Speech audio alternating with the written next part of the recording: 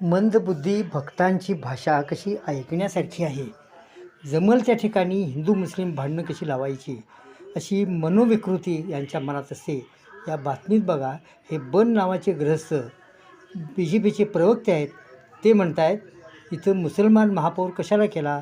मराठी महापौर तुम्हाला करता येणं शक्य होतं, अशावेळी तुम्ही का केलं नाहीत? आणि त्यात त्यांनी परत औरंगजेब वगैरे आणलेलाच आहे.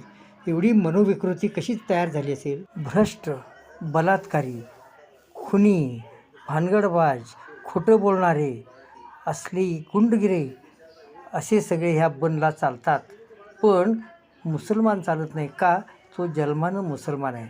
त्याचं कारण एकच की मुसलमान झाल्यामुळं तो भटांना दक्षिणा देत नाही. दक्षिणा बुडल्याचा राग या बनच्या डोक्यात आहे आणि म्हणून तो म्हणतो इथं मुस्लिम महापौर का केला? याला जर मुस्लिम महापौर चालत नसेल तर यानं भारतात राहायचं कशाला? भारतामध्ये धर्मनिरपेक्षता आहे. धर्मनिरपेक्ष देशामध्ये राहून तंगडीवर करायचं कारण नाही. यानं पाकिस्तानला जावं, तिथं धर्मावर राज्य चालते.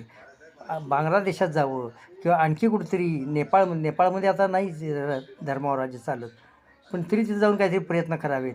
पण इथं घाण करत बसू नये एवढी त्याला विनंती करूया. त्यातही हा हिंदू म्हणत नाही, मराठी म्हणतो आहे. म्हणजे त्याला मराठी बोलणारे मुस्लिम नाहीत असं म्हणायचं आहे का? का सगळेच हिंदू मराठी बोलत आहेत असं म्हणायचं आहे?